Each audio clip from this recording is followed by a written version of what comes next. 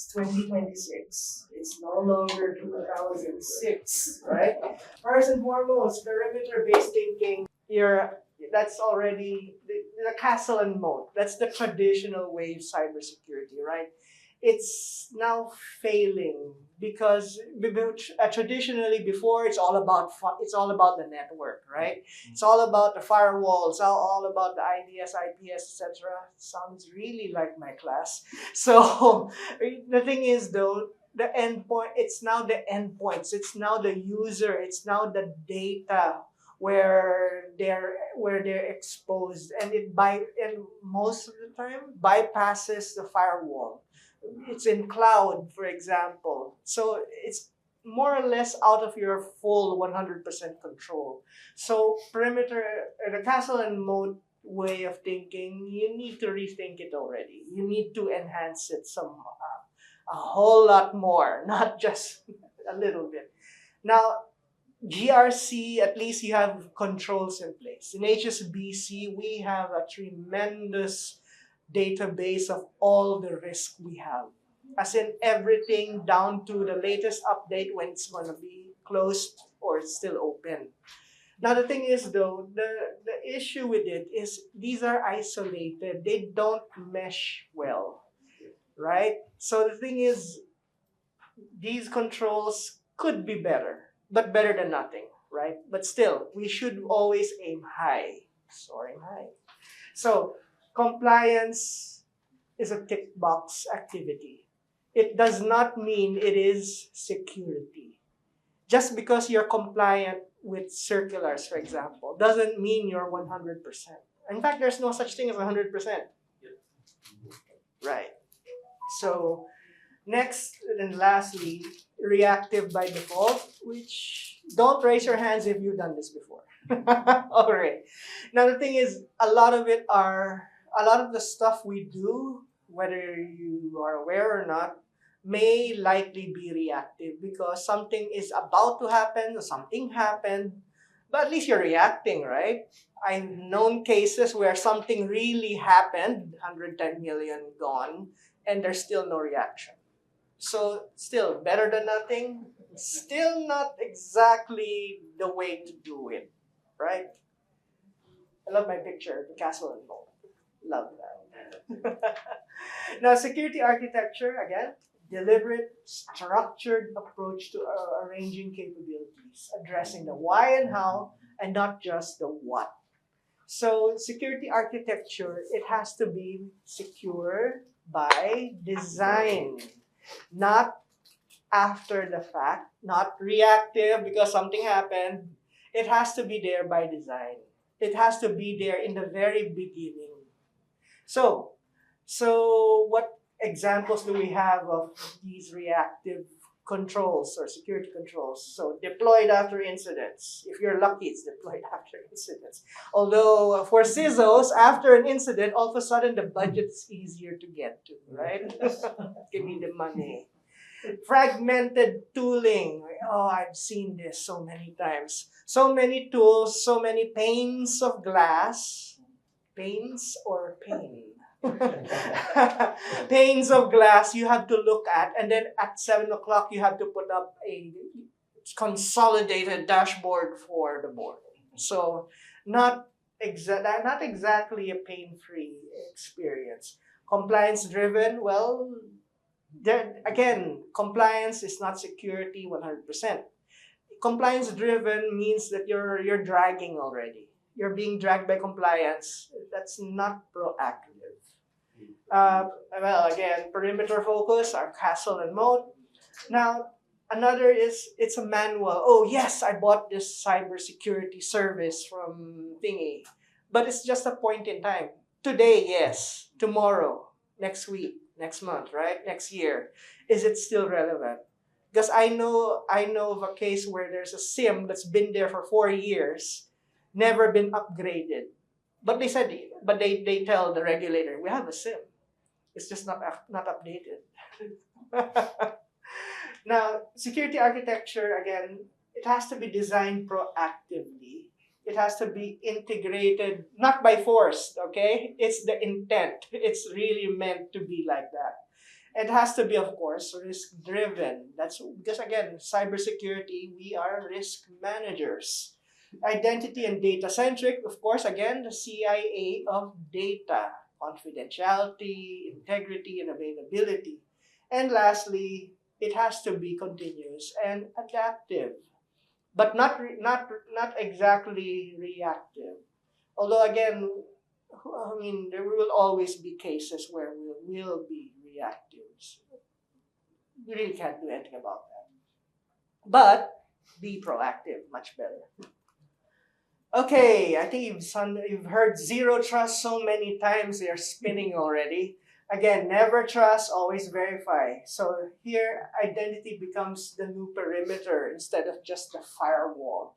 Uh, the way I would say it is always to verify explicitly. It's not just log in, password, and that's it, they're in. You also take a look who is logging in. Where is he or she logging in from? And where are they going? What services? So that way you can get the behavior. Of course, someone who's not a DBA became all of a sudden an administrator overnight and started going through the databases, and that should have been flagged before that, just the attempt of logging in. So that should have been a flag. Now, assume breach. Well, you assume that you're a breach. You minimize the blast radius. It's like a ship, really. Uh, in a ship, for example, got hit by a torpedo. That's why before it goes into a high risk area, they all seal the compartments. So if, for example, you get hit by a torpedo, you don't sink immediately. It buys you time. So segmented, it's basically a form of segmentation. So the damage will only be up to a certain point, certain area, and it won't flood immediately all the decks. So that's basically how you minimize the blast radius, segmented access. Then, of course, verify end-to-end encryption and use analytics. Again, analytics, like what I said, to detect anomalies for investigation. Well, this has been it's been around so long. Least privilege access. Access where only their job, based on their job description and their work, that's the only kind of access they should have. Even administrators shouldn't even have administrator access. They should have only a normal account until they have to use it. Then hybrid and multi-cloud, well, again, it depends on your agreement with your cloud service provider. But ultimately, whatever happens in the agreement with your CSP, that is your data at risk. So that data you still must protect. Now, how do you build trust in digital ecosystems? So it has to be contextual, dynamic, measurable. You have the supply chain trust, third party risk, anyone. So again, to the point that if as CISO, even if you have to do the audit yourself, go do it. So at least you know you can sleep that night. The third party you're about to onboard, you personally audited them. API integration trust, you have to make sure you tested the API and that you do trust it and that it integrates with all of the ecosystem properly. Not give $10 million to someone outside because of a glitch. I've seen that too. Partner ecosystems, federations, identity brokering. So you have third parties you work with. Again, make sure that the trust is there in the sense that you don't trust them. Basically, before they earn your trust, that you've already done due diligence, you did the auditing, you did the penetration testing, for example, that they are as good as you are. In HSBC, for example, we have a standing policy that the third party who wants to even talk to us must have better or the same security policy as we do, which is tough, actually. Decentralized identity. So again, verifiable credentials, self-sovereign identity, and then reduce the dependence on central trust anchors. So not on the traditional trust anchors, always verify. So identity, data, and resilience by design. So the thing is, remember, you assume breach, then one of those exercises is basically to make sure that you're resilient. You just assume that there will be a breach. What do you do next? So identity as a core pillar. IAM, PAM, and federation as enablers. Let's take a step back there.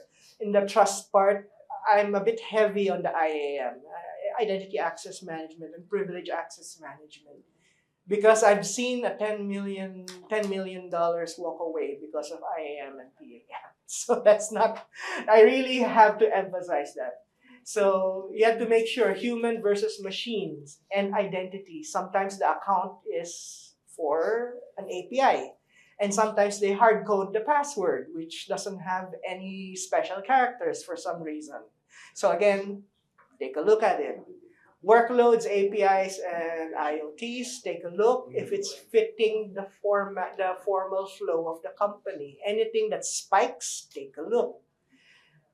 Decentralized identity in the sense that wherever you go, you always get verified. Wherever you go in the network, whichever system, there's always a way to verify that you are who you say you are, and that you're supposed to be doing only what you're doing. Identity-centric replaces network-centric. Again, the moat and castle mentality, it's going away. It's now all about identity. Now, data-centric security, drilled into me by my early days. The three phases of data: at rest, in motion, and in process. Encryption. Right. So, but first, you don't just encrypt it. You have to classify it. Because different encryption means dollar signs, actually. Public information, you don't really need to encrypt that. Internal information, not so much damage. And confidential information, definitely you need to encrypt that. And those are dollar signs in between. So classify first properly and label it. Then you encrypt it properly in transit and at rest. If you can do it in process, which not always can do that, even better. But so data sovereignty and residency, again, check if there's a law. I know there's no law yet, but Indonesia earlier said they already done it. They've done it very well, so fingers crossed for Philippines. Now, and of course, data loss prevention and rights management. Data loss prevention, making sure it doesn't get away somewhere through ICQ. ICQ, ooh, wow, that's old. ICQ. My bank account number is in ICQ. Skype.